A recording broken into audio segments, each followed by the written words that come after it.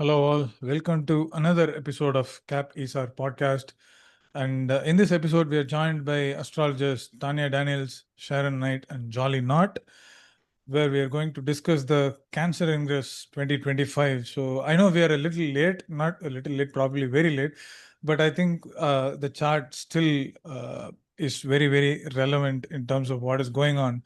So thanks, all of you, for joining. It's always wonderful to meet you all. Thanks for having us. So Yeah, great to be I here. think, sorry. Thanks for having us. Oh, no problem. I think we will be doing this on every quarter. So primarily as to understand what is waiting for us in store, and also to kind of help astrologers understand how to read ingress charts from a traditional perspective. So we are joined by traditional astrologers who kind of look at charts from a traditional perspective, and they're working with mundane charts for a very long time. So it's going to be very, very interesting, and let's get into it. I will share my screen and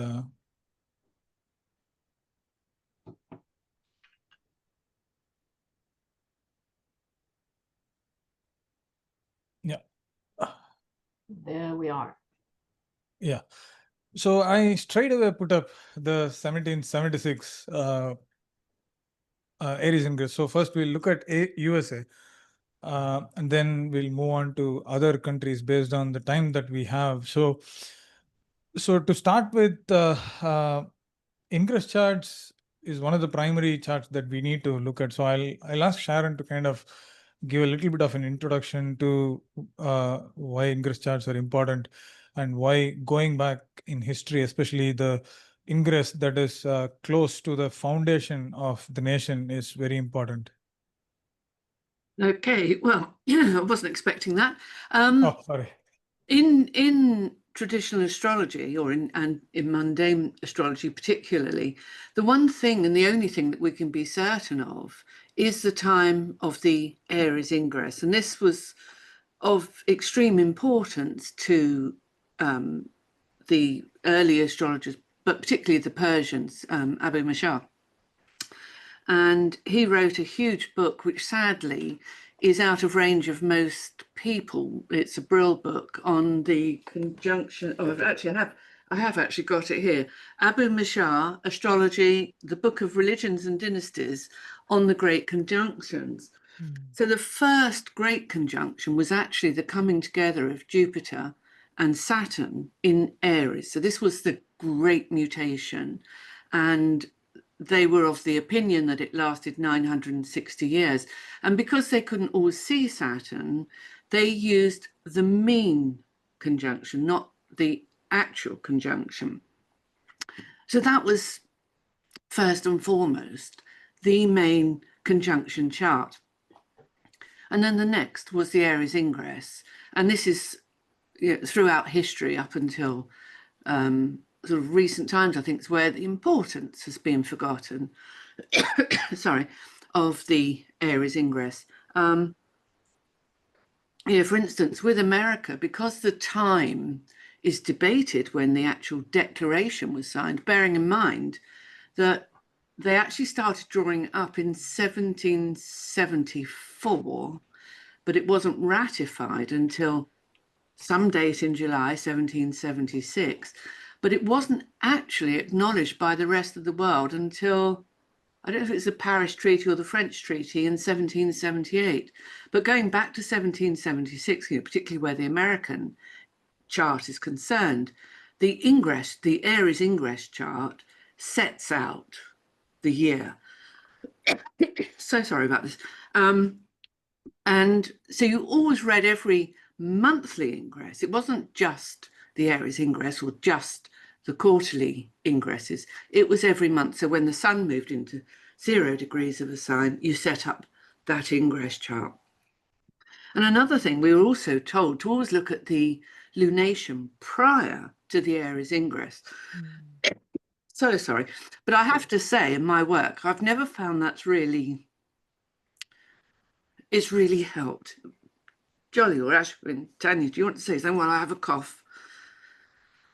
Yeah, let's go to Tania. I if agree she with has you. anything. I mean, there were a few occasions where I thought this is actually more interesting than the actual Ingress chart. I think it depends on what we want to see in the chart. If we just want to look at it from the people's perspective, then it can change our outlook on the more on the bigger chart, which is the solar ingress. What do you think, Ashwin? Yeah, I think I agree with you, but I always I work with lunations a lot more, and I tend to I have Jupiter Saturn conjunction at the top, followed by the most recent Saturn Mars conjunction, and then we have the ingresses and any eclipses that we have during the year, and then I go for the lunation. So the lunation is like a trigger point for me, where the some important aspects or configurations match up with lunation ingress charts and sometimes Saturn Mars conjunctions if we are looking at some form of an adversity, and Jupiter Saturn conjunction if you are looking at socio-political, socio-cultural, or socio-economic changes or transformations. So I think it's a lot more nuanced. So I'll give it to Jolly for final thoughts before getting into the actual charts. Thanks, Ashwin. I agree that looking at the lunations prior to the ingress can be tricky to pin down sometimes. However, with the USA ingress charts, I am really particularly interested, if you will, that the Aries ingress chart has the prenatal, so to speak, lunation, the pre-chart lunation is in fact a lunar eclipse. So it's the 23 Virgo lunar eclipse that happened on the 14th of March. So, and I do feel like that's something we can come and revisit, because obviously in the Cancer Ingress chart, we do see the South Node at 22 degrees. So hovering very close to that point. I think sometimes it's a lot easier to see, as in this case. And then sometimes you're like, okay, I'm not really sure what that lunation is adding to the chart or the interpretation. But I think that it's definitely something to look at, but it also depends on the astrologer and what their kind of process is. Yeah. Sharon? You're mute. Sharon, you're muted. Yeah, I just want to say about the Mars-Saturn conjunction. So it's every 30 years in Cancer. And the reason it's in Cancer is because it's what's referred to as the detriment and fall of both of those planets. So I did a 200-year search of Saturn-Mars conjunctions to look at historical events. I'm still looking. There was no wars were started, no plagues were started, or decimated populations. Nothing. It was absolutely nothing. I mean, of course, you have to.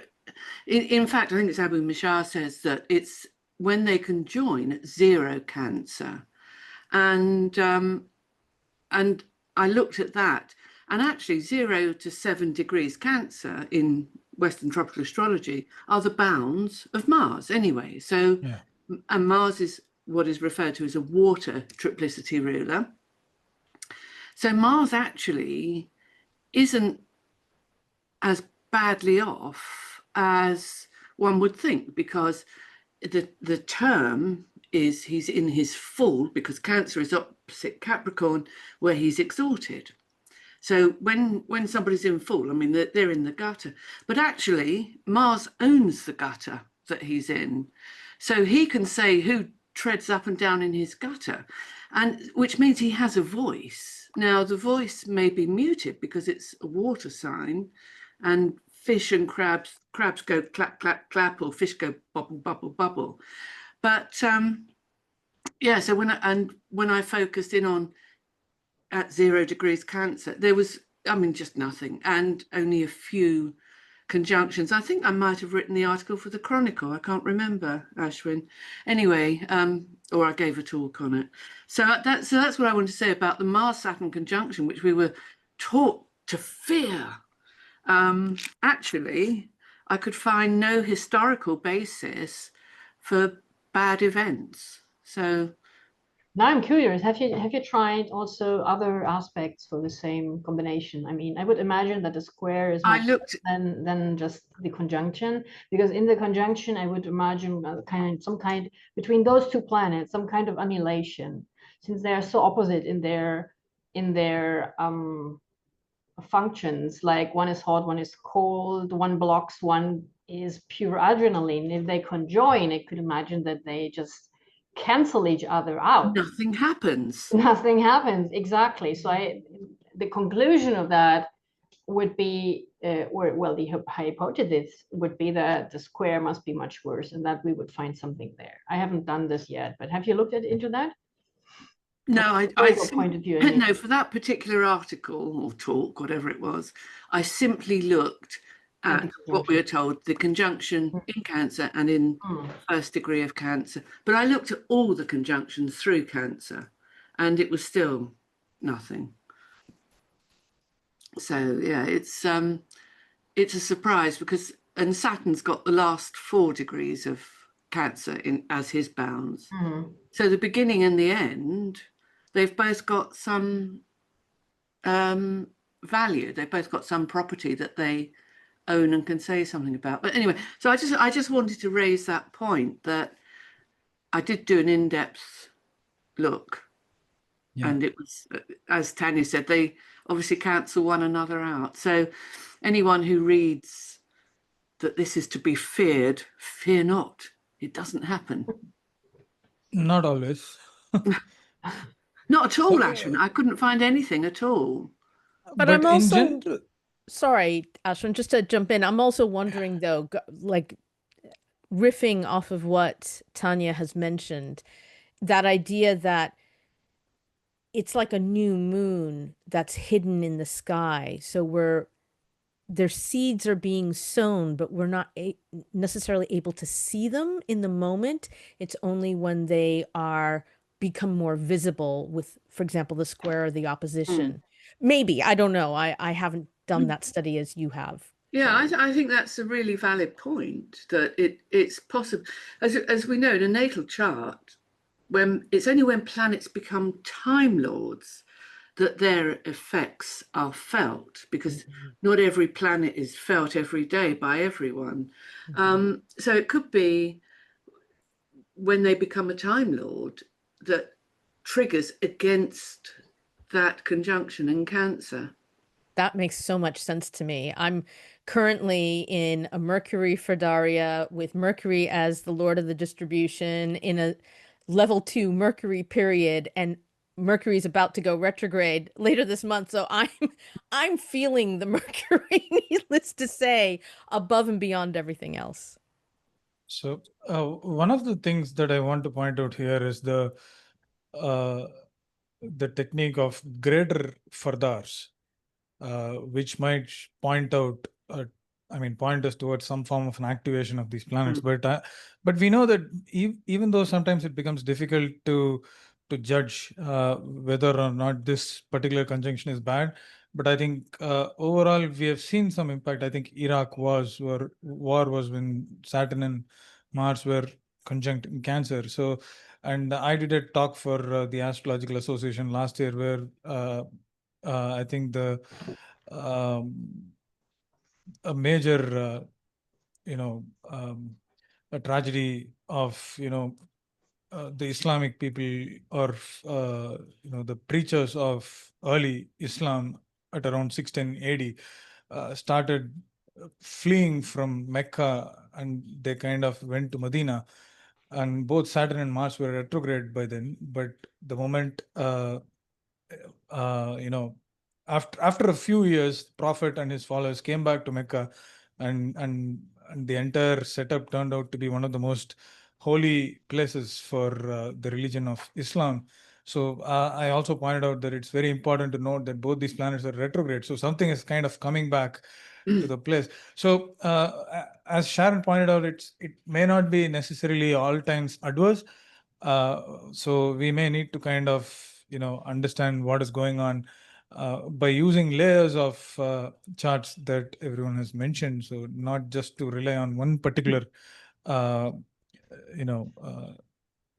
technique as it is. So I think this introduction is good enough for people to kind of understand where we are headed and what they're going to see in the future. So let's directly go to 1776, which is the Aries Ingress of the year when America was founded. So we have Libra rising with, of course, night chart, Libra rising with Saturn in the first house, exalted. And something interesting is going on in the seventh house with seventh lord Mars is placed in Aries with dignity, and the moon is tightly conjunct Mars. Sun and Mercury are in the sixth house with Mercury fallen in the bounds of Venus, and Venus is placed in the fifth house of Aquarius in the terms of Mars. So, and 11th house North Node, and Jupiter is in the ninth house of Gemini, and Jupiter is determined. So I think we should just kind of talk about Saturn in exaltation. Saturn rules fourth and fifth ruler. So shall we kind of start from there? Yeah, well, of course, we always look at the planet ruling the ascendant and its condition, as well as looking at the condition of Mars, naturally, for the sun, because every year Mars isn't going to be in Aries, obviously, because it's got a 2-year cycle, 15-year cycle. So that's the traditional way, is to look at Venus, because it's Libra rising, but Saturn takes priority in this instance because he is so close to the ascendant degree, and he has a trine in front of Jupiter and a trine behind Venus. So the fact that he's got an aspect with Venus, and Venus so reciprocal. And she is mutually, she's received by him, right? Yeah, and she's a morning star, so she's Ishtar, the warrior queen, in the fifth. Yeah. So I always look at the houses 2, 5, 8, and 11 as the houses of money. And fifth house Venus received by Saturn in exaltation. And it's kind of, Saturn makes Venus stronger, and Saturn is inherently strong because of exaltation. And Venus makes it more stronger because of the domicile reception, which kind of shows that there is no shortage of money in America. Their reserves are always high, and their economy is 21 closing into 22 trillion, which is very explicitly visible in this chart. So, and Venus is also the eighth ruler, and it's placed in the fifth house. So maybe they always, I mean, they're also good dealing with resources that they acquire from other places, or maybe they purchase from other nations. So which is again indicated by Venus's strength in the fifth house as it rules the eighth house. And North Node in the 11th house always indicates amplification and money flowing in, or not money, but gains flowing in because of what they do. But it doesn't necessarily mean really ethical or moral ways of earning. But that's not necessarily the point of discussion. But I just wanted to kind of mention in the passing. So yeah. Well, with Saturn ruling the fourth, so that's the land, and being exalted, they've got fantastic resources in the land Yeah. throughout the whole of the American continent. Maybe we should not forget that many people arrived in America and they were digging for treasures, right? Earthbound treasures, like the gold diggers, like Leo is literally the gold. yeah. And the Californian gold rush, of course, took so many people to America that previously perhaps wouldn't have gone there. And it is also called, or it was at least, until not so much far time ago, the land of endless possibilities. So I think that is a very nice expression here. Yeah. I think it's worth mentioning that, in fact, so this is, as we're coming obviously to the conclusion of the American Revolution. However, whilst America was fighting Britain, they did actually have money issues, right? This is an Aries Ingress for that year. And it was the French who actually supported them. And I think it's fascinating to look at, first of all, we have a new moon in the 7th house. So other countries, foreign relations, but Mars is there and Mars is ruling the 2nd house. So I think that there is maybe a piece there that's speaking to the fact that France helped America in its fight against Britain. And this was not inconsequential. The other piece that is really standing out for me, of course, is also the fact that Saturn is retrograde. And I appreciate that it is very strong. It's exalted, mutual reception with Venus, it's domicile ruler. However, that retrograde is bugging me. Yeah, exactly. Yeah. I don't know if anyone else has any thoughts on that. I think, I think currently what America is going through in terms of their economic situation is indicative of the fact that there's some form of derailment that happens over a longer period of time. So Saturn indicates longer periods and longer cycles. So I think it's a full circle. No one can be a leader of the global economy forever. So it was Spain, and then it was Britain, and now it is America, and tomorrow it will be some other country. Not to kind of demean any nation, but I think everyone will have their own chance. I think philosophically it kind of indicates something, with Saturn in the 1st house being retrograde, being the 5th lord. Another thing that kind of is very interesting for me is Jupiter in the 9th house is received by Mercury, which is fallen. And it's kind of a mutual reception because, I mean, so Mercury is in Jupiter's sign and Jupiter is in Mercury's sign, so which pretty much is a great mitigation. And we don't need to necessarily see Mercury as a planet that is weak. Here, the weakness is largely mitigated. So I think both these planets are pretty strong, which shows the kind of prominence that America has had in terms of its foreign policy. And that's one thing, but we can talk about a lot of things when it comes to 9th house. So I'll leave it to the panel for. I was wondering, I mean, Venus in the 5th house is for me also very well. Venus loves to have things, so to build things, and it is a very materialistic planet, if you want. So, and there is this trine with Jupiter.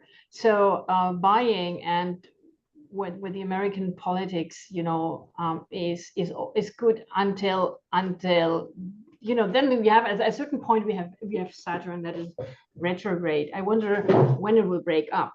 So it's a country that is declared a capitalistic country. It's built on property and having and getting more and markets. And I mean, I studied marketing, and you have to incentivize people to buy more and to have basically every year a new washing machine or dishwasher or whatever. So substitute the old.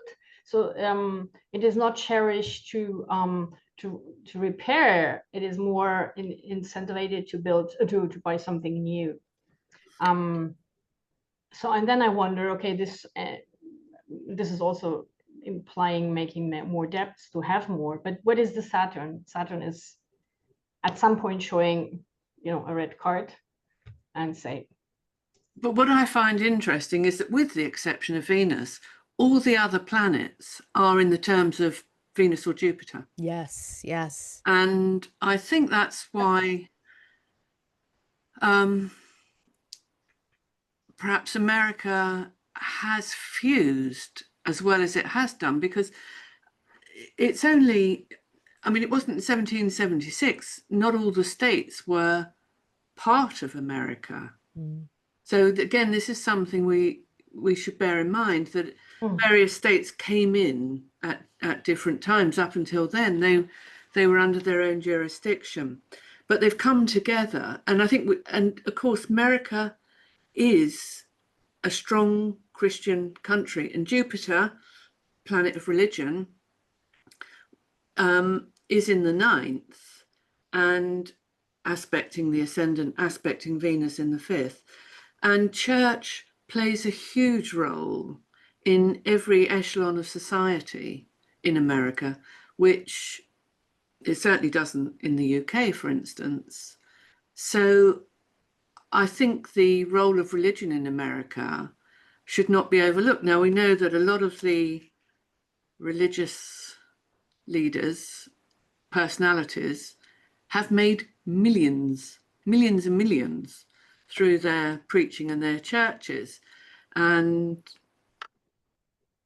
one always thinks that a strong tenet of Christianity is you look after others. But I think when these religious leaders, Jupiter and Gemini, they kind of look after themselves perhaps a little bit too much. Just saying. Not being controversial. Well, I'm just going to jump in, Sharon, because the one thing that I do have to point out is, as per the U.S. Constitution, which obviously comes after this chart, but the U.S. is not a Christian country because of the separation of church and state. That's not to take away from your absolutely spot on point that religion plays a huge role, and particularly the puritanical undertones, the undertones of Calvinism and of having virtue by having wealth. Therefore, people without wealth have no virtue, have no chance of going to heaven. These pieces play a huge role societally or culturally in U.S. society. I do think it's fascinating because you've got that Jupiter Mercury mutual reception, but Mercury, of course, is in its fall, in detriment and fall, and then of course Jupiter is in detriment. So that to me speaks exactly to what you're saying about how it's messy. That to me speaks to evangelical Christianity, which is rife in the US and has a very big presence now in the current government. So I guess you could say it was always going to be there because it's baked into that chart. Yeah. Interesting. I think North Node is exactly sextile Jupiter, and that points out to the existence of foreign cultures and religions in America. So yoga is more popular in America than any other country. And the moment I saw North Node and Jupiter sextile, it's very prominent, where all kind of faiths have some form of place in America, whether it is true or not, but I think the existence is pretty much true.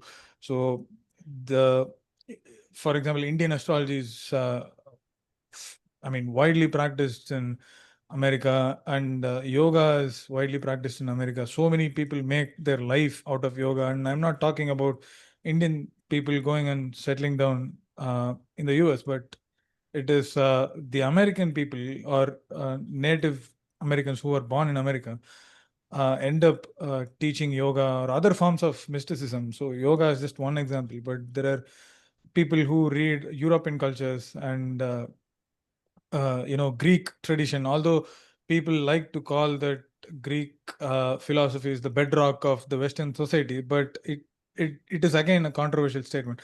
But still, for me, the very existence of multiple thoughts in the in America is itself very interesting point with this Jupiter Rahu sextile, because Rahu or North Node indicates foreign, and there is this 9th house connection showing influx of foreign cultures or foreign traditions. They've got a I very have- strong Eastern Christian presence in America.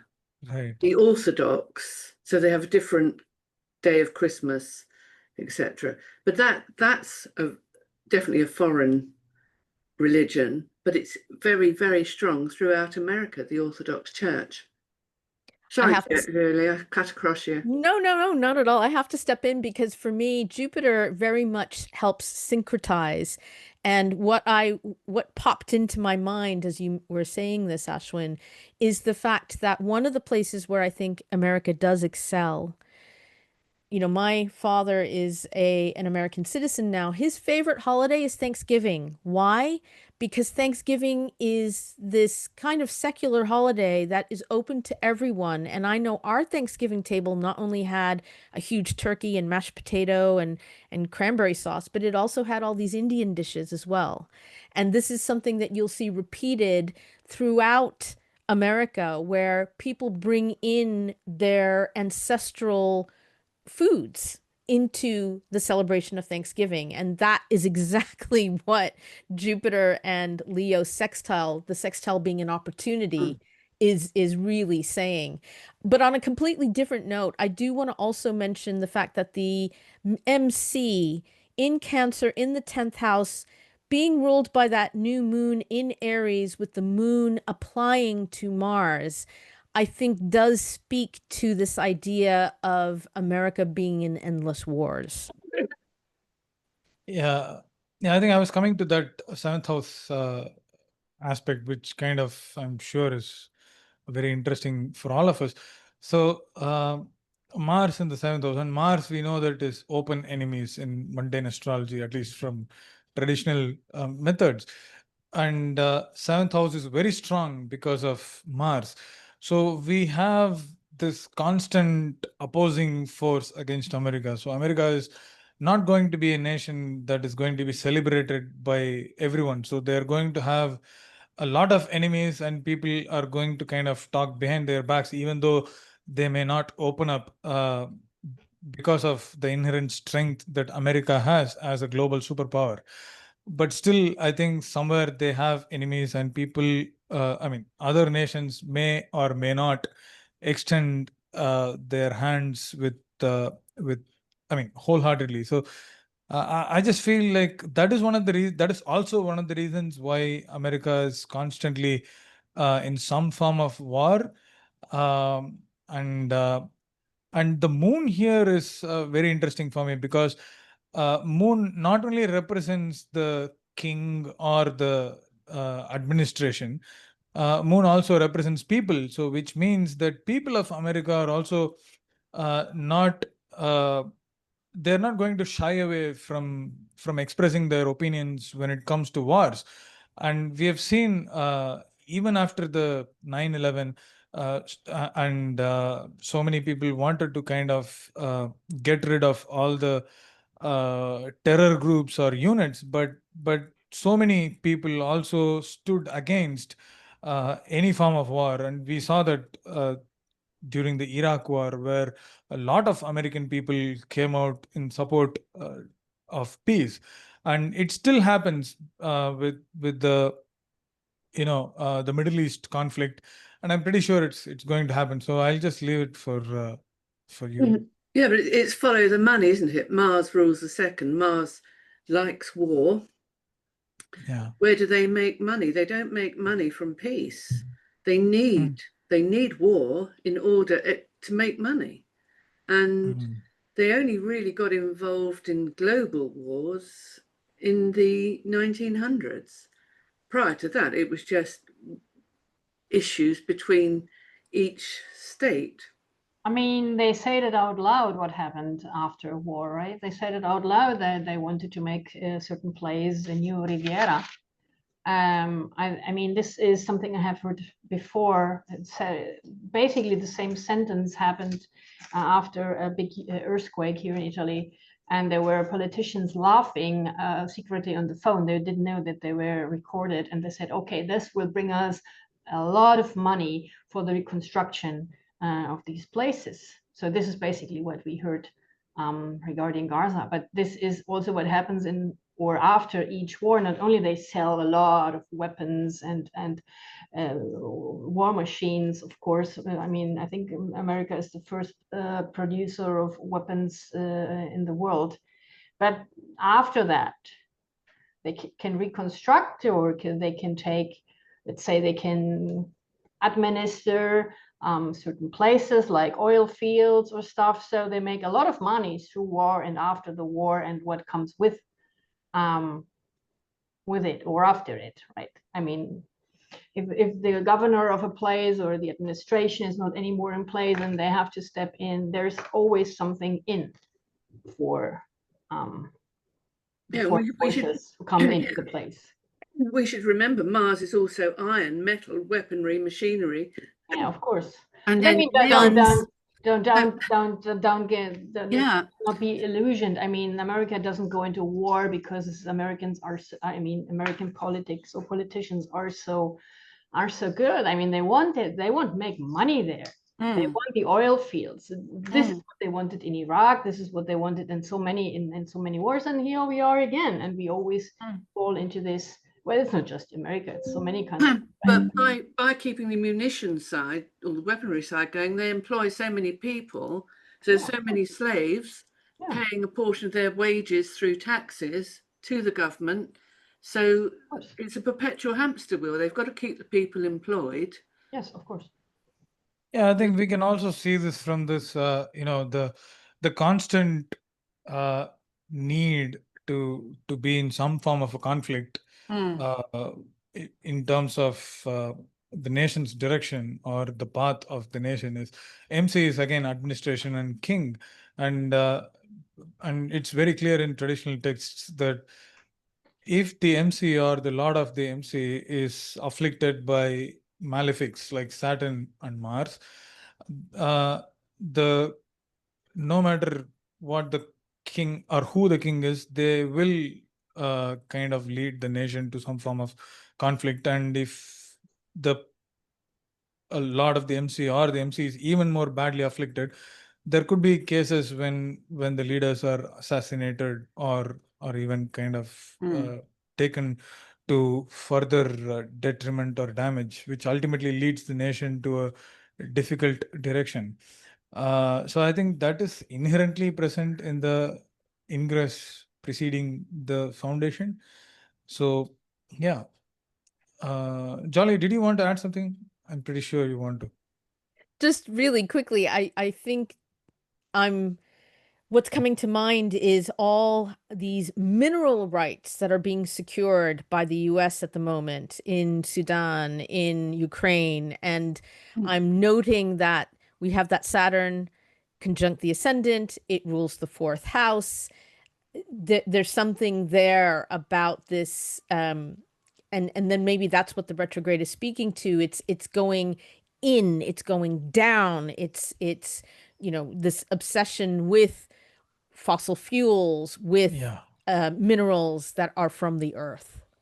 Yeah, that's an excellent point. Fourth house kind of indicating to deep things under the ground. So maybe it's the right time for us to kind also very actual. I mean, they have now introduced again coal mining, which was basically, you know, they tried under the previous governments, they tried to get rid of it or reduce it slowly in favor of new or green energies. And now the new administration has enforced huge, big scale coaling and mining again. And I just read today that some of this coal is very rich of some minerals which are extremely polluting.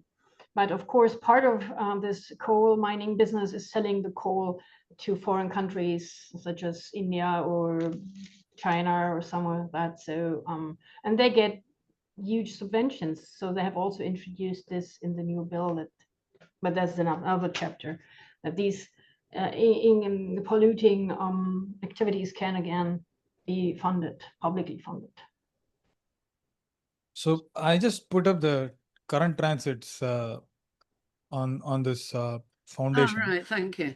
which is very interesting. We see that Saturn is conjunct the foundation moon and Mars, and we know that US is very close to a war, uh, although it's kind of slightly evaded at this point.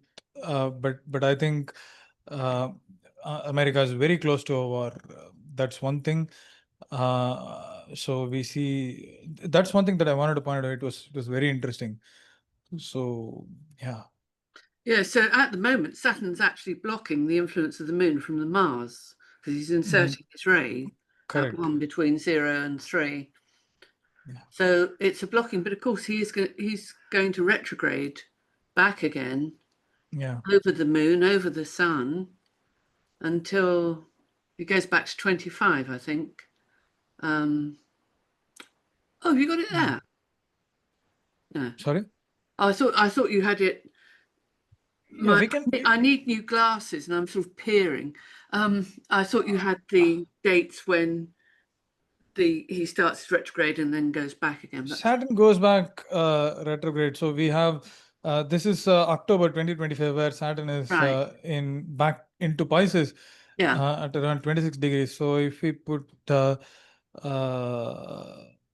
even further, so by the end of the year, I think Saturn will be somewhere. Saturn is direct and it's at 26 degrees. So maybe Saturn goes close to 24, 25 degrees of Pisces by retrograde motion and then starts going back. And yeah, which might again, I mean, once Saturn enters Aries and again, gets into this pressure point of the sun, moon, and also Mars, maybe we can see revisiting of all these themes that we have seen over the past 3 or 4 months. Yeah. Does he get involved with the October eclipse then? Because that's October will I think be. one's late and one's early. I think one's about 28 or 29 Pisces. So let's put it 20th October is an eclipse, and no, Saturn is still in Pisces, not tightly conjunct. Not tightly conjunct, right? Yeah, it's 7 degrees away if we want to kind of look at the conjunctions that are not by sign. So yeah, that's one thing. Shall we move on to 2025? Yeah, this is the Aries Ingress of 2025. So maybe we'll spend 5 minutes and each of us can have insights on this chart. So Jolly. Right. Throw me right into the frying pan. So it's a fixed chart. So really this chart is good for the year, or will give us a lot of information for the year with a fixed sign on the rising. I am the chart, the ascendant ruler, of course, is in Pisces in the second house alongside the North Node. So for me, this is really speaking to some kind of emphasis on the country's finances this year. If we think of Rahu as smoke and mirrors, there's perhaps something going on with regards to how things are being massaged, maybe with regards to finances. And that is the piece that really does stand out for me. I'll just leave it at that.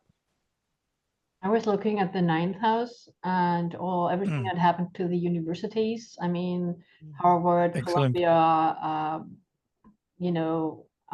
and we have the ruler Venus. She is retrograde in her detriment and going combust. I think that is actually very interesting what's happening. some universities obliged, some others try to resist, but those that resist are being taken more and more things away, funds away. They see less money. We know that foreign students can't apply anymore. So I think that is something pretty huge that is going on in the States. And it is also, of course, Venus is also in the third house, which is, I mean, this is not just universities. I'm hearing this is also happening in lower schools, like high schools or what. So public instruction has a problem now. And I think it's interesting to see that Venus is going into hiding. So becoming invisible. Yeah, Venus is in its detriment, isn't it? So ninth lord Venus is in its detriment, and another interesting thing is that Mars, the lord of the MC, is placed in the 6th house of Cancer in its fall, which directly indicates the administration or the direction in which the nation was moving on for the past 3 months, and maybe even very, very valid throughout the year, as Joli mentioned. If the Aries Ingress chart has a fixed rising, the chart is good and valid for the entire year. So, which means there is some form of derailment or detrimental condition towards which the leader will be carrying the nation forward. I mean, not necessarily forward. So, and on the other hand, Mars in the 6th house in its fall indicates impulsive military decisions, which might have very profound impacts, not necessarily immediately, but at some point in the future. So, and since Mars has fallen, it is impulsive, and it will be a major challenge that might derail the condition of the nation. And Saturn itself, as the lord of the rising sign, is placed in the 2nd house, very closely conjunct the north node, again indicates derailment in the national identity on the global platform. So only that the identity, I mean, the derailment of the identity is a little bit amplified. So it doesn't mean America is kind of completely falling down, but it's just that the image seems to be very, very bad, more than what it is what I'm trying to say. And Venus and Mercury are also squared by Mars. It's not a very tight square, but still I will always consider a whole sign aspect. So here it is a square, and Venus rules the 9th house, and it's placed in the 3rd house, which means there is a major disconnect between the foreign policy and the the general direction of the nation. So most of the people in the nation don't want war, but somehow there is some form of chaos and confusion that is still prevalent in the administration. And Mercury's square with Mars probably shows that there is also a tension in terms of how information is communicated to the administration or the office of the administration of United States, and what information is coming out in terms of forming a narrative or global narrative, which shapes the overall picture that the world is seeing. And it might be a little too much or amplified now, and because 3rd house is media or social media, and 9th house is publishing. So what they want to publish and what they kind of end up publishing may be entirely different, or what the people across the world expect American media to publish will probably not be out. So, yeah. Well, this is one of the things, isn't it, that they've come down very heavily on the side of free speech and all that it stands for, because they've actually commented on the UK's lack of free speech. But what I noticed, it's a nocturnal chart. So the moon lady of the chart is above the horizon. There was the eclipse just before, obviously looking at the degree of the nodes a couple of days before. And the fact that the people are in the 11th, the moon in the 11th, and she does trine the sextile, the ascendant, but she's not in the degree that the bound degree that, is that 8? Yeah, I think that's 8. Yeah, so she's not the same bound degree as the ascendant. But again, apart from Saturn, all the other planets are in the bounds of the benefics. But here again, we've got the benefics in exile, damaged, not able to give their full potential. And the moon does put her ray in between Venus and Mercury. So she's blocking the people from the 11th. And of course, Sagittarius is the sign of the traveler into the 3rd. So I think it's an interesting chart. I don't think it's a detrimental chart. Right. So I think, Jolly, you mentioned about Jupiter's exact placement as it was in the foundational ingress.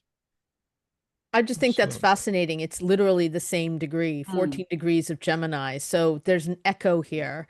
The other piece that I was seeing was a contrantitia between Saturn and Mercury. Mercury is obviously combust.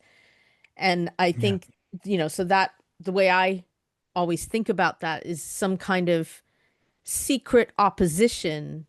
So we have maybe Saturn representing elderly politicians, senior people, maybe. Certainly if we think about like the boomers, that's a big thing on Twitter X about how people are looking at this from a generational standpoint. But I find it fascinating that there's that contrantitia there with that retrograde combust Mercury. So something about secret words or speech or something that is coming up against that, perhaps generate what is perceived as a generational influence that is really not. I think there's a lot of rebellion going along from what I see on Twitter X.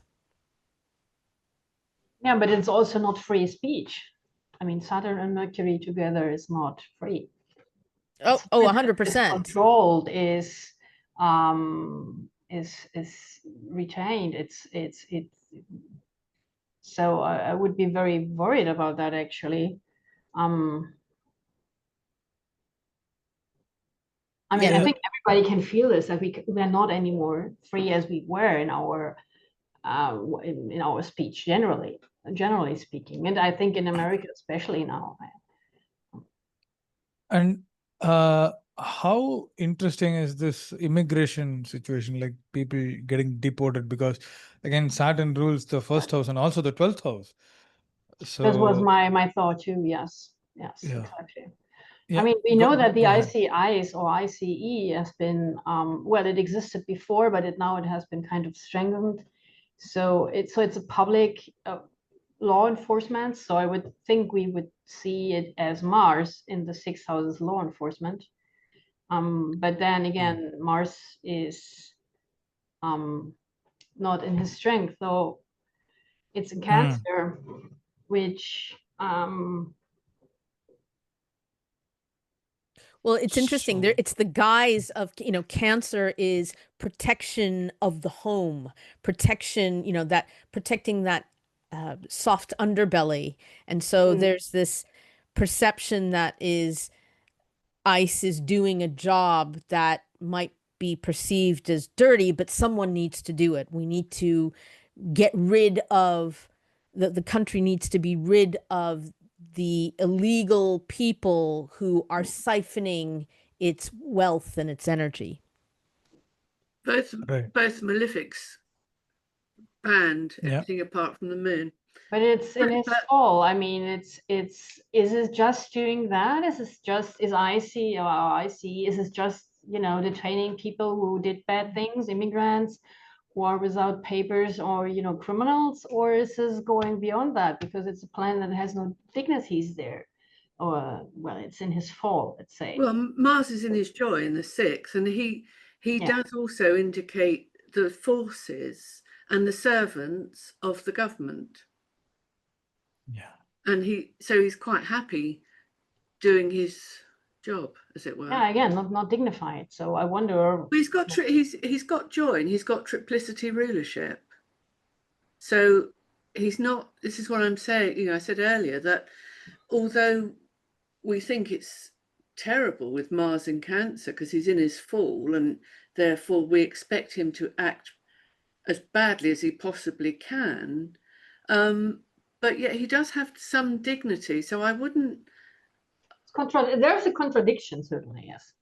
Yeah, but he trines Saturn, so the two of them block the Sun, Mercury, Venus, and Jupiter.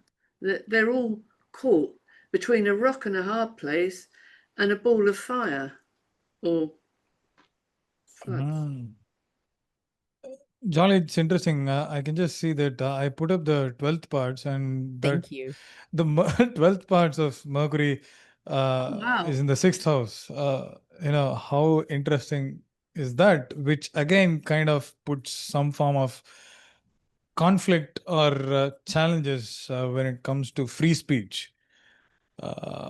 So it was just interesting. I just wanted to see because And we look at- put up Antisha and Contra Antisha. Look So at I the thought, what Mars happens on with 12? Saturn too, right? Yeah. The 12th part of Mars is literally sitting on top of Saturn. Yeah. You can't make this So the stuff up. hidden layers are kind of slowly coming out. And one more thing that I want to, I always look at the 12th parts from Indian perspective as Dwadashamsa. So it shows us the hidden layers. So what could Mercury or Saturn kind of bring out, which is still not necessarily explicitly visible or seen in the news, and there is something that's coming, at some point in the future. So for that, maybe we need to kind of draw the transits. So now this is the transits for October, and Saturn is moving into the Pisces. Into Pisces, and where is? I don't think there is much connection here. But anyway. Shall we move on to this Cancer Ingress? Yes. Story of the hour. So, fixed rising again. Saturn but now Saturn is Aquarius rising, with Saturn now fallen in Aries. And that kind of changes the story completely. And yesterday, there was a news that Elon Musk has launched his new Party. political party. And and 10th Lord, again, MC. So 10th Lord Mars is placed in the 8th house of Virgo. So it's not necessarily a very great period for the administration and also for the king. That's as plain as I can put. So it's going to be a really difficult situation from king's perspective. So Trump is not going to have a great time leading the nation. There is going to be a lot of challenges and opposing elements, because we have not Saturn, but North Node is opposing Mars by whole sign. It's a very wide opposition, but it still counts as the nodal axis, which makes the condition a little volatile, and it's going to be imbalanced. So obviously there are going to be two rival parties, which is true, but I think the polarity will keep increasing further during the coming 3 months is what I feel. But I don't think it's still going to be as challenging as the Aries Ingress. But there is some form of difficulty, because Aries Ingress showed that the Lord of the MC or the, what was, just a moment, I'll just want to go back. Yeah, so here we have the Lord of the MC is succeedent, but in Aries Ingress it was cadent, which was far more challenging.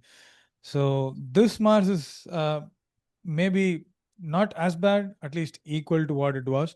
So I don't feel, although the derailment that started is going to continue, I don't think it is going to be worse than this. For that, I think we need to wait for the Libra Ingress. I do think it's interesting that we have Mercury here sitting on top of the Mars from the Aries Ingress chart.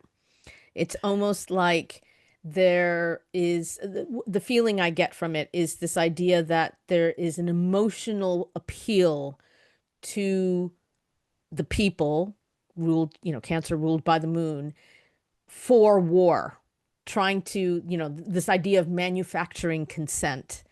Yeah. It's fascinating because in the Aries Ingress, of course, Mars was at 20 degrees of Cancer. So Yeah, Jupiter in the 6th house of services, more expansion of wars and weapons, and at least participation in some form. Maybe they're expanding and trying to kind of form strategies or placing troops in places where they did not engage for a very long time. Something like that could also be on the cards. And yeah, so just a quick thought that occurred to me. Or it could be that they are increasing their armed forces by virtue of reinstating all those who refused to take the jibby jab and who were dismissed immediately with no pay. And Trump has demanded, or whatever the word is, that they be reinstated and given their back pay. So there's a lot of money. So the Jupiter is ruling the second sign in this instance, in the 6th of the armed of the services or servants of the government. Yet at the same time, he's also decimating through the Doge thingy the civil service, which I think for most countries, the civil service is top heavy.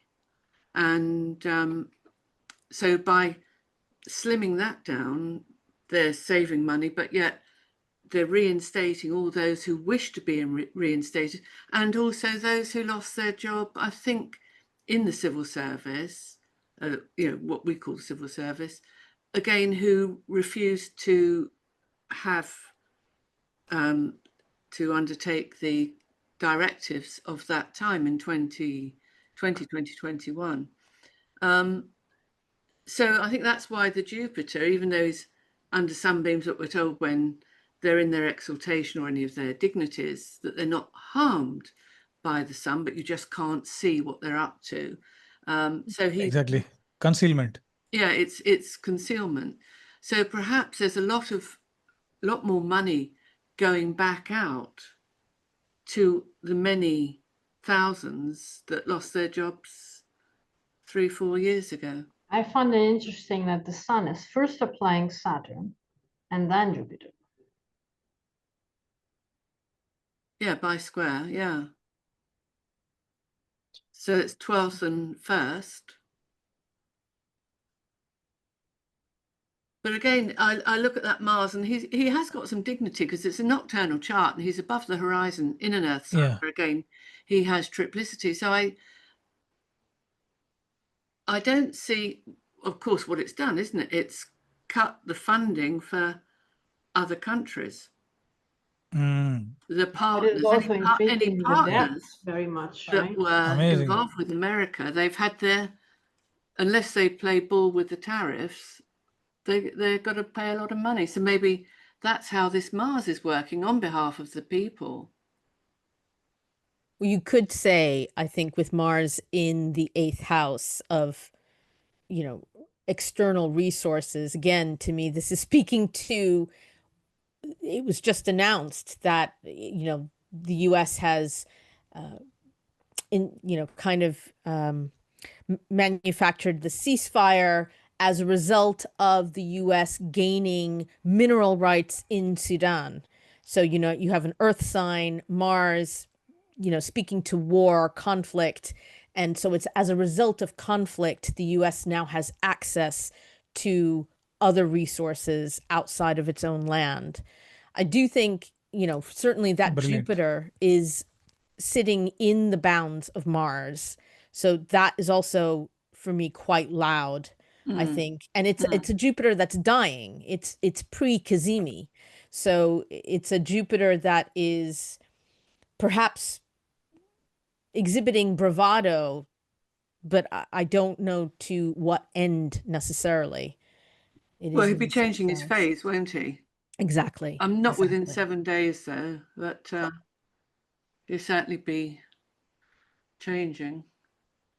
But another thing, Jolly, I think you pointed out a very good point here where Jupiter is placed in the terms of Mars, and Mars and Jupiter are in exact sextile. Yeah. And that is very powerful when the term ruler actually aspects the planet, it becomes very powerful and telling. So that is something that I just wanted to point out. So again, it's the connection between 6th and the 8th house goes back to kind of what Sharon said when a lot of things are concealed. So 6th and 8th houses are ours to the ascendant. So which kind of shows there is something that's going on behind the scenes, which the world is yet to see. Even the people of America don't really know what is happening. Also look, the Saturn is a 12th house ruler, and the Sun is first Yes. applying to the 12th house ruler before it Yeah. applies to Jupiter, who might be who will be Kazemi, but only after that aspect. Yeah. So I think there is a lot more going on behind the scenes. Realizing, 100%.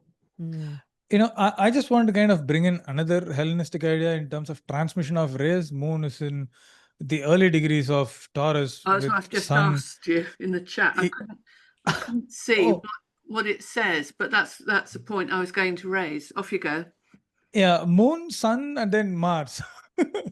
So there is very strong 6-8 connection, and Moon is also kind of linked because of the transmission of the rays. Yeah, I don't know. One thing from Indian perspective is that all the planets are placed on one side of the nodal axis, basically indicating a Kalasarpa dosha, again leading to concealment from a mundane perspective, or not entirely visible at this point, but some major imbalance or conflict because of this might kind of arise in the future, which will be the topic for Libra Ingress. But continuing on this, so please go on, Sharon. No, that's what as I say, I couldn't see the degree of the moon, but but yeah, I noticed that she's going to the, well, you've just said it all. She's going to the Sun and then Jupiter and Mars, and I think that's interesting again, because she's ruling the 6th of the rustics, as they're called in Old English, the people of the country, the common people, and also, as we've discussed earlier, that it's the people employed by the government, the servants of the government. And she's in her exaltation going to the exalted Jupiter. So maybe the people will gain some strength somehow. Now, isn't it that he's cut the taxes for the working people? They don't have to pay tax now on overtime. Jolly, you would know. But I know my friend was jumping up and down with joy that her income is going to be substantially improved without any effort on her part. So apparently this only lasts for the first 3 years, and they're not actually putting this in place. I don't think any of this goes into effect until after the midterm elections in 2026. Yeah. So this will only last from 2026 to 2029. There's a lot of fine print there. And again, this is something that I think is perhaps a bit messy, perhaps a bit misunderstood. Maybe that's where the Mercury comes in, that this is very much the feeling, like you said, people are getting very excited for what this might mean for them financially, but not necessarily understanding the fine print, whereby, you know, Mercury in Cancer, I don't think, is worried about fine print. It's not taking in the idea that this does not come in until after the midterms in 2026, and that it's only in the bill for 3 years. It's not meant for an extended, this is not a Right. permanent feature. But I read numbers, and I read that the tax cuts actually are where they are felt the most, or where people, let's say, gain the most of this, is from incomes from 460,000 up to 1 million. This is where the tax cuts are really where the people really enjoy the tax cuts. Of course, with lower or more average incomes, there will be a little increase, but it will be much less in comparison to those higher incomes. So that also must be said. And then there is all the question about the debt that is going to increase by 3 billions, I think.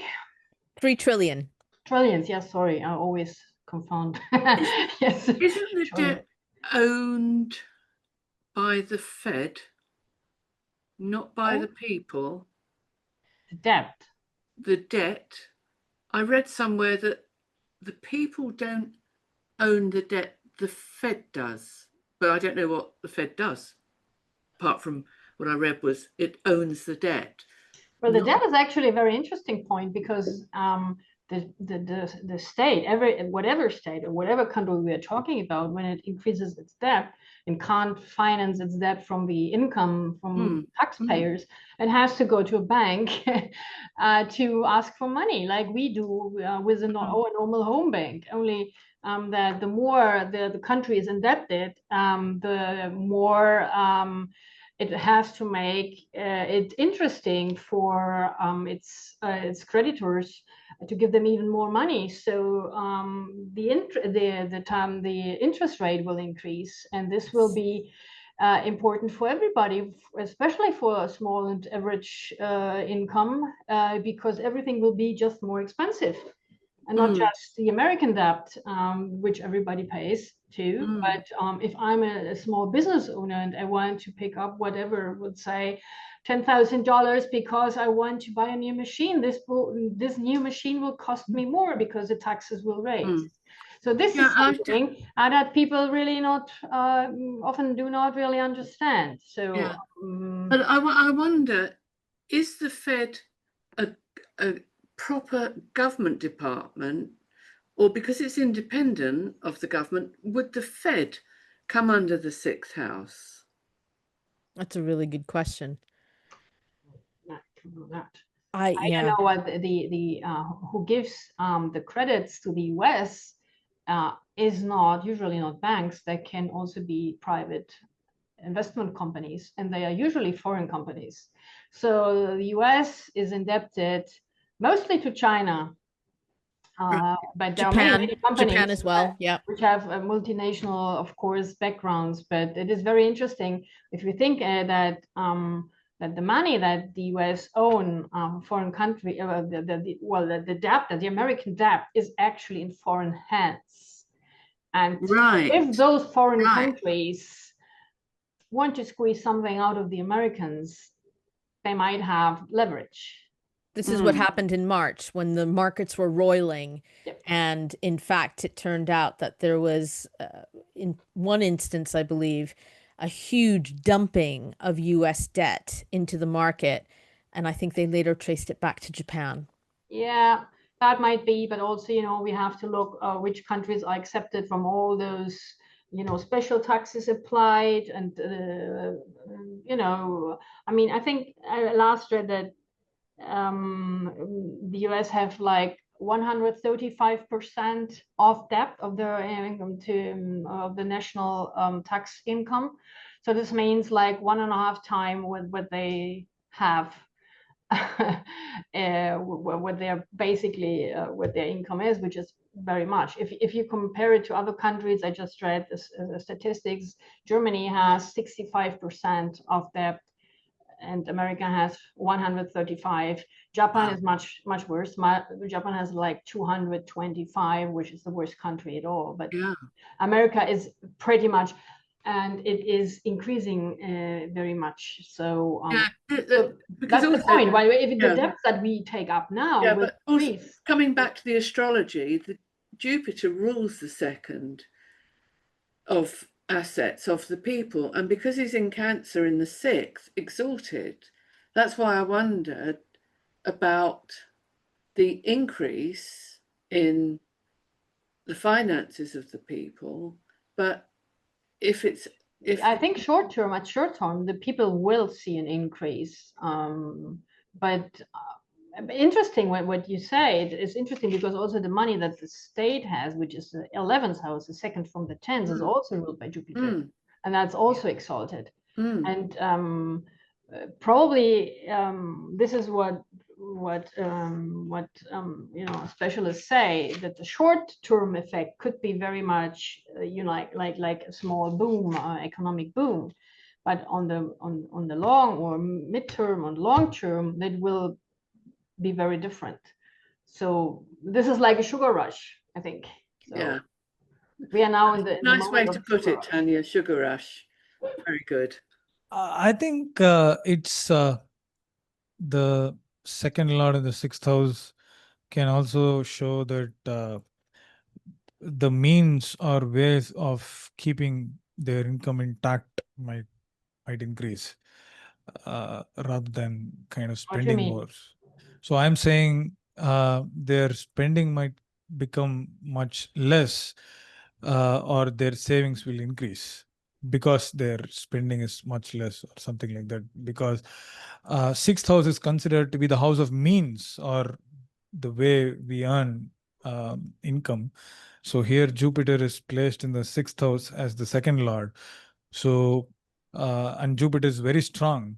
So maybe they don't have much to spend. So as you mentioned, the taxes are temporarily kind of cut off. And that is why their income is going up, but not necessarily the income itself is increasing.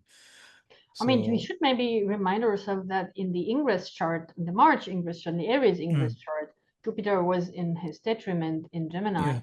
Yeah. And as Joli pointed out, it's a fixed sign rising. So this is the chart that we should, at least look at for the entire year. So this Cancer Ingress chart is just a passing. It's a piece of a puzzle. Passing maybe.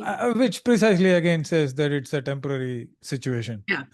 I think one thing we can definitely see, at least I see, is 6th house health, moon, the people, and Jupiter benefits in the bounds of Mars. So we are seeing how the BBB is really focused on compensating for these tax cuts by decreasing or cutting Mars the Medicaid and Medicare from the people.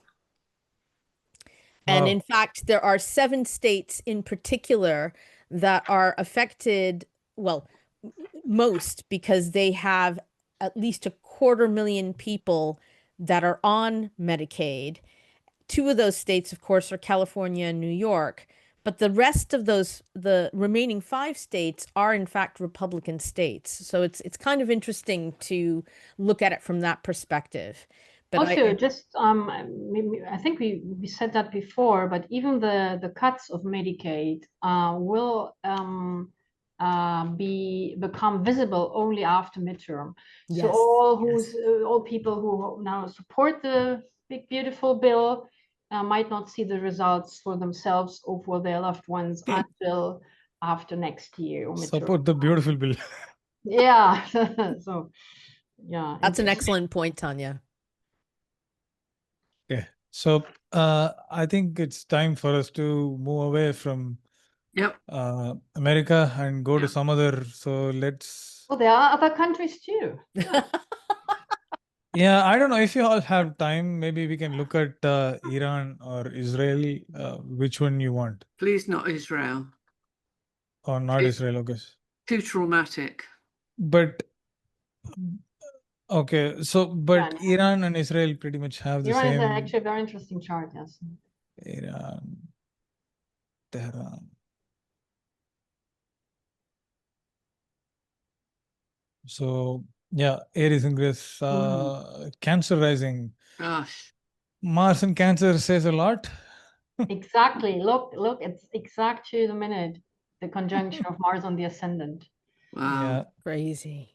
Yeah, very crazy. So what are we looking at here? Because Mars, the Lord of the Ascendant, is also a fallen malefic, squares the 10th house of administration, the condition of the king, Lord of the MC is fallen. So the leadership is obviously very volatile and damaged in Iran. And the moon is in the 6th house, which shows obviously moon indicates the people, and the people are not necessarily happy. So that is one thing. And moon is also in a whole sign square with Saturn and the nodes, which further intensifies or complicates the situation, where there is some form of danger or detriment to the well-being or safety of the people. So yeah, but that is Aries Ingress, and we saw what happened just 2 weeks before. So maybe I'll just leave it to all of you.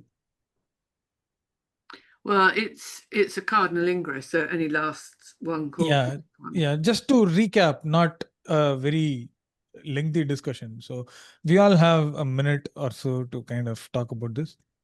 Well, I just see the application from Mars to Saturn there, very prominent. Yeah. So I think that's the most important aspect that, well, for me, that I see in the chart. Yeah, well, now Saturn's in the house of religion, isn't it? Yeah, the mullahs. So Yeah. I think it, because this configuration naturally is the same globally, but the fact Saturn is now in the 9th house with Mars in the 1st on the ascendant, Nice. it's perhaps more heavy on the religious leaders. I think it's interesting. You've got the 12th part in the 1st house. That to me is really interesting, because it's this idea that, there's more, almost Iran's talking more. And again, perhaps speaking in more emotional undertones, maybe, or speaking in more patriotic ways, we're protecting the national identity. I know on Twitter X, I keep seeing these videos. This is what downtown Tehran looks like. You people don't know what you're talking about, for example. Yeah, I just think that Mercury sitting in the 1st house there is very interesting. The 12th part of Mercury. Rationalizing emotions, or rationalizing through emotions, or something like that. So yeah. Again, it's Cancer rising in Cancer Ingress with the moon in the 11th house of Taurus, very close to exaltation. But now we have, well in the first, in the Aries Ingress chart, we've seen Mars on the ascendant. Now we see Saturn on the MC. And this is so interesting, because Aries represents the head. When we look at the signs, right? Aries the head, Taurus the neck, and so on and so forth. Yeah. And we have Saturn just there. So it's like, and Saturn represents things that do not work, or fall down, or subvert, stuff like that. So a falling head, literally or metaphorically. So, but anyway, it would describe an afflicted ruler, whatever affliction we want to read into this, but certainly an afflicted rulership, because Saturn, of course, is in his fall there. Yeah, a lot of the MC in fall worsens the condition of the king. but then gets buttressed by that Jupiter in the first house. So I'm thinking immediately about how apparently Khomeini, after the initial strikes by Israel that wiped out many of the scientists working on their nuclear program, apparently he came in and made this, he disappeared from view, actually, right, for a little while. But then he came in and he, or, they announced that there has been a succession that has really been planned out in the event that he is assassinated or dies in some way, so dies somehow. So I think that piece is really interesting, how that falls here in this chart. Yeah. And as you said, the 12th part in the Aries Ingress was Mercury, and Mercury is now in the ascendant. Yeah, Mercury is peregrine. So Mercury in the first house is not necessarily a good thing, but I think Jupiter is turning out to be a reasonably good saving grace, which might kind of end up saving Iran from exposing themselves or their people to a larger conflict during this period, because Jupiter is, after all, in exaltation. So yeah, and yeah, Like a safety belt for the moment. I'm not sure how Jupiter is going to help Saturn in Aries, but I think there is some form of conflict in terms of cultural shifts that is going on, because suddenly we start seeing a lot of posts or videos where we see Iran and people of Iran before the Iranian revolution in late 70s, which kind of is probably, it could be a narrative, we don't know, but it's kind of meant to hit the people of Iran, to show that Iran is not necessarily in a good place now as opposed to its position before the Iranian revolution, where it was a lot more liberal nation before that. But there are obviously a lot of other reasons from a geopolitical perspective, but it just kind of seems very interesting for me, because this Jupiter Saturn square itself points a lot of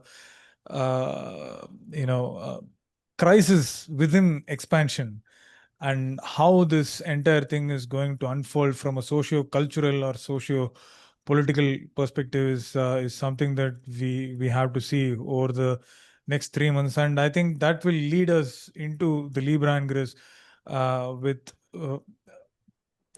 conflicts. I just feel there is going to be a buildup of conflicts during this period, but not necessarily a military conflict very openly.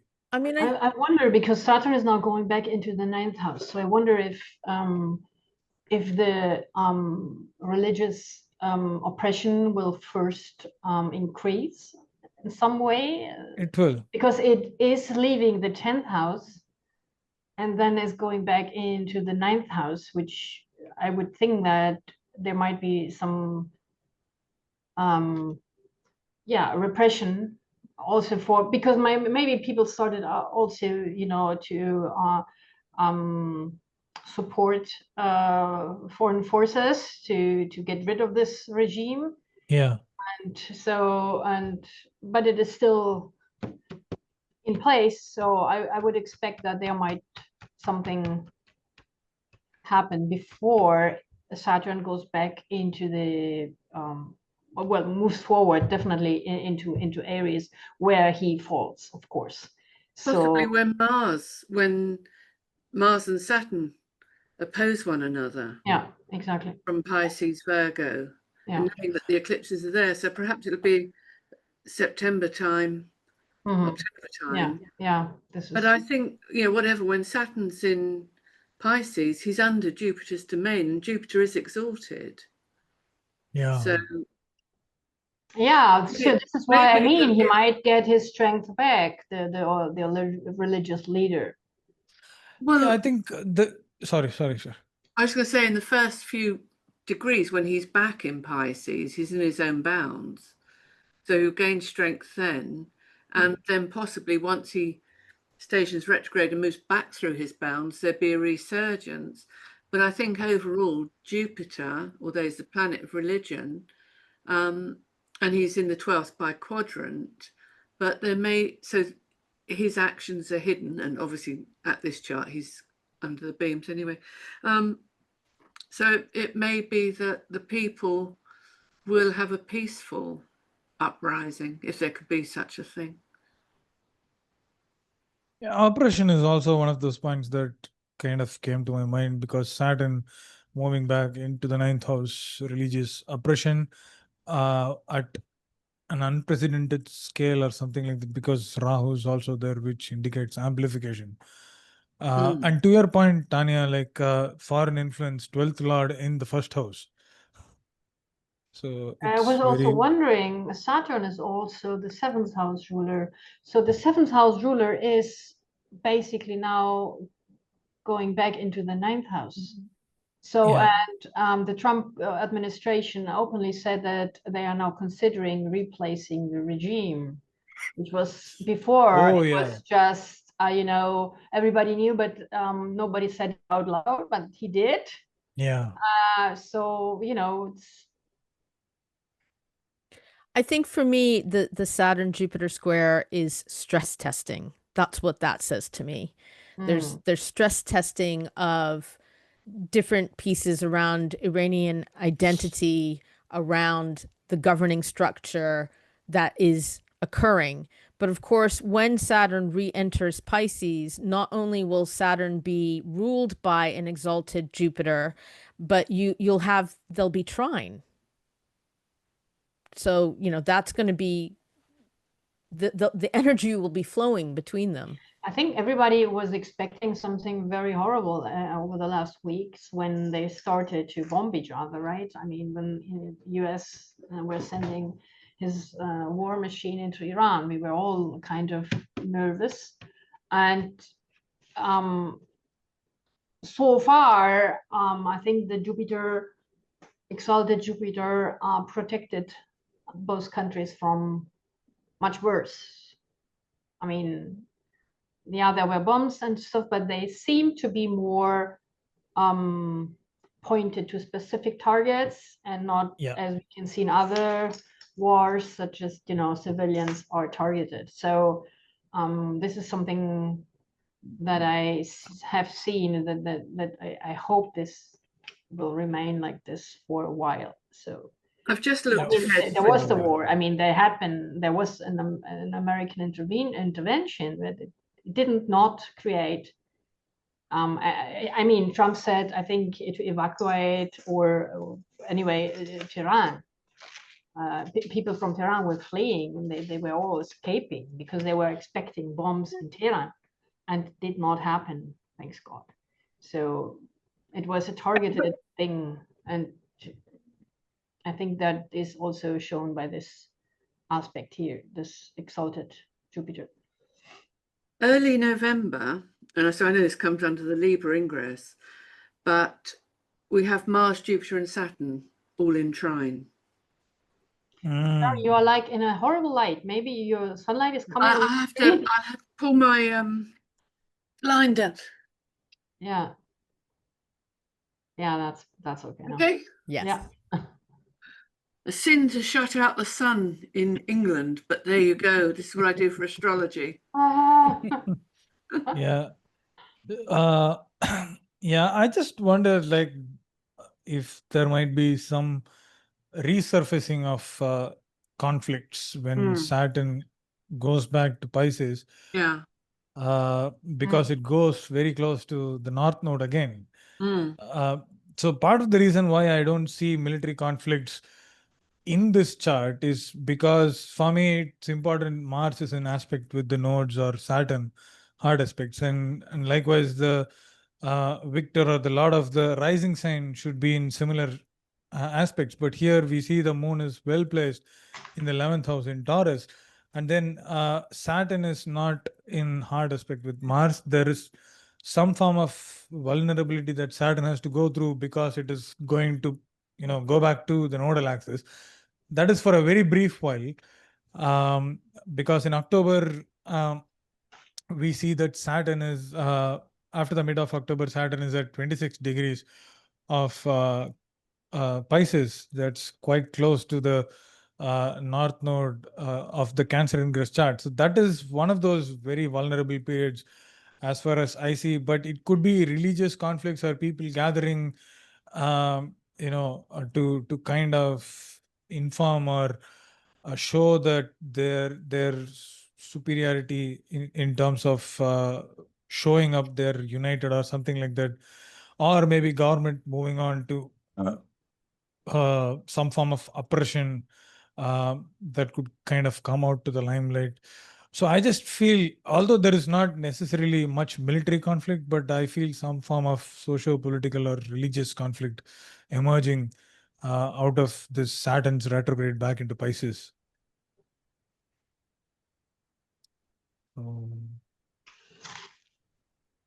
We will see what Okay. happens when Saturn was definitely back into Aries. I mean, now he's going back to Pisces, and then he stays a Yeah. while, and then he moves back into his fall, and we will see Yeah. what comes out of it. But it looks definitely as a conclusion of some period. Not yet, because he has still to cross Aries for good. But there is something that is changing, certainly. Yeah. I wonder Yeah. if 30 years ago, when Saturn was at this degree, or 28 years ago, how the situation was in Iran then. Because I seem to remember there was a time of extreme oppression by the Ayatollah. Yeah. But when that was, I don't know. I just wondered, because obviously when we look back, we see the next, or the bottom stage of the spiral. So we see what's coming on top of that spiral through all the 30 roughly years of the Saturn cycle. Yeah, I think I think Mars entering Sagittarius could make things a little interesting and volatile, but anyway, that is towards the end of the year, so we will meet again before that. One point that might be of interest is that in 1997, they did hold presidential elections in Iran, and it resulted in an unpredicted win for a reformist candidate, Khatami. So, that is something that, and there was very high turnout apparently. So, because there are these rumblings, I think someone mentioned this earlier, that, perhaps there is some type of reform that is considered and then entered into as Saturn then continues to progress through Aries, given that's what was happening, as Sharon said, about 28 years ago. Yeah. Have you got the Iranian Aries Ingress for the inception? Or is it just lost in the mist of the time? 78? Because that's what we should be looking at these charts against.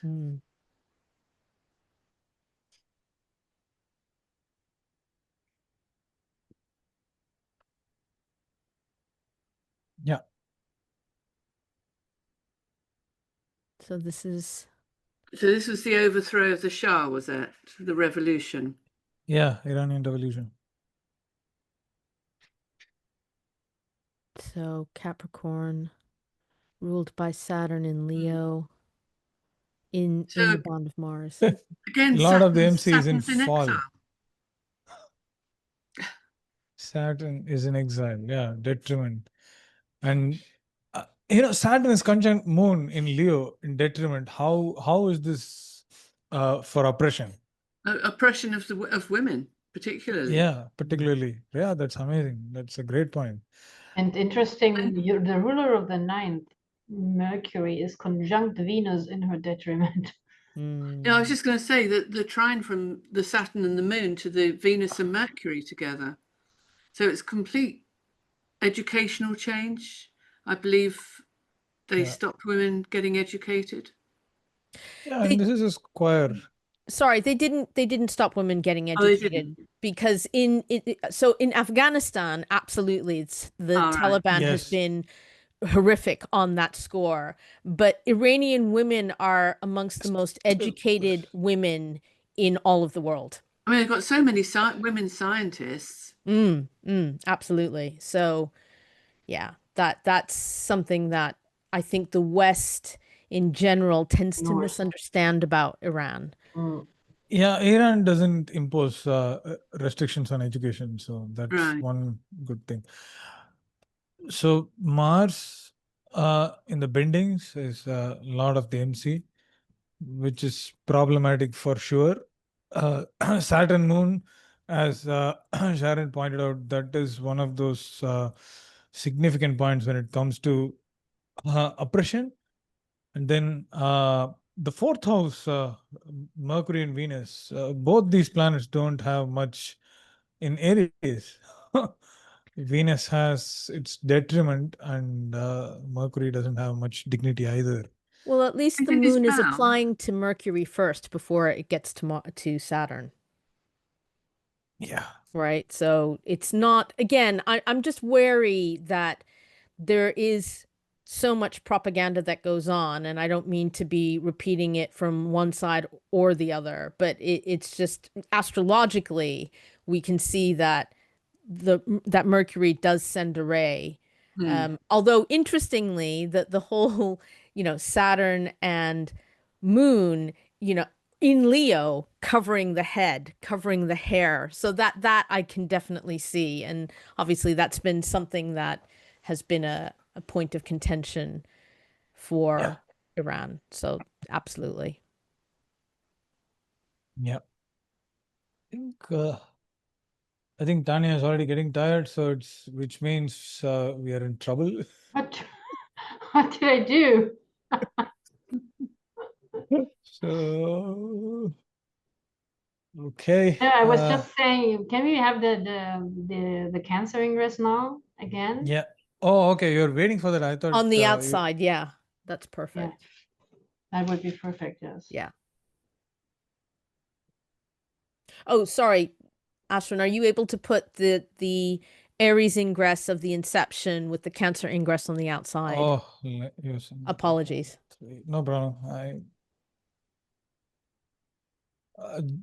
So this is not the exact ingress chart, but it kind of indicates. Oh, this is the exact ingress. Yeah, that's the, yeah. And Pretty then if you much. put the Cancer one around it, that would be great. Can you see? Yeah. Yeah.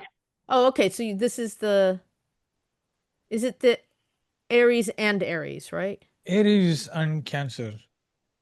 Oh, because it says reference date March 21st, 2025. Oh gosh. Yeah. So it's Aries and Aries. That's fine. That's fine. Aries and Aries is fine. Oh, okay. Now yeah. So that's the Cancer ingress. Yeah. Okay.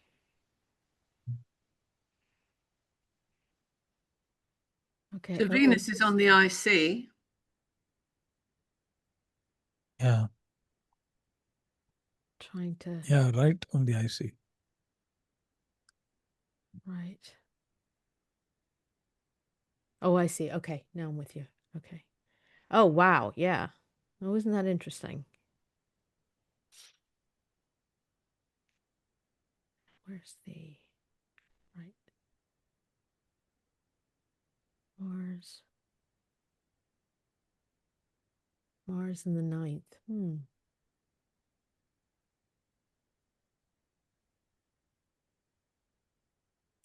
Virgo. Okay. Is this a Saturn Sun conjunction there? Look. Yeah. Yeah. Because it's Essentially it is. Yeah. Cancer Ingress. Yeah. So he's at 1. Yeah. Well, again, I can't remember when he came out of hiding, but he literally the head of Iran was incommunicado for a good, 2 to 3 weeks, I think. But basically, as soon as the bombing started, he disappeared from view because I think Netanyahu was threatening to take him out. Target him, yeah.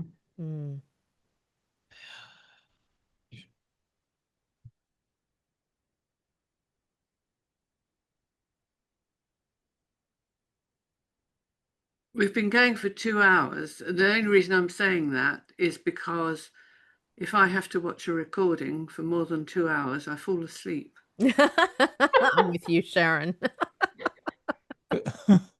Might be time to wrap up. Yeah. Yeah, I think we will Should leave introduce this. a coffee pause. Yeah. Well, no. I just think that when there's so many videos on the internet that you can't spend your whole day just watching two. Watching us, I think. What better could they do? I mean, Well, Three yeah, men. yeah, there is that. Tania. What's the problem watching three women? So yeah. Okay. Yeah. I think we did a very comprehensive analysis. Not just the Cancer Ingress. We tried to do some introduction to people who are watching such topics for the first time, and then did what we should do. Although I did not mention it in the beginning, but I think we started off doing the foundation charts. That is foundational to understand the medieval techniques. I'm pretty sure people will enjoy and like this. So, I mean, where can people find your work, Jolly? Thank you, Aswin. You can find me at bodhimindful.com. And I'm also quite active on Blue Sky and occasionally get around to posting on Instagram. And that's all under Cool. Bodhi Mindful. Okay, I think Sharon, astrologersharon.co.uk. So I'm not very good on, well, let's put it this way. I'm totally absent from Instagram, Twitter, or whatever it's called, or anything like that. I just post on Facebook cat videos mostly. Yeah. If you want astrology, contact me directly. Okay. Okay, I think Tania is TaniaDaniels.com. Yeah, you can find me on my website, but I'm actually a little off from social media. I'm completing my book, so I'm really spending time on editing. But yes, I'm on Instagram and Facebook. I don't like X, so I'm on Substack. Yeah, you can find me. I know. Yeah. Yeah. And what about you, Aswin? Where can people find you? Where can we find you? You can find me everywhere. I am on all social media platforms. You just have to search my name. That's it. On all of them. Yeah. The abverdict.com. It's that's the end of it. You will find me on every social media platform that's available except for TikTok because that's banned in India. I didn't know that. Oh, wow. Okay. Yeah. Oh, So how interesting. apart from that, yeah, I'm available everywhere. So yeah, thank you so much everyone for joining. This has been great, and see you next time.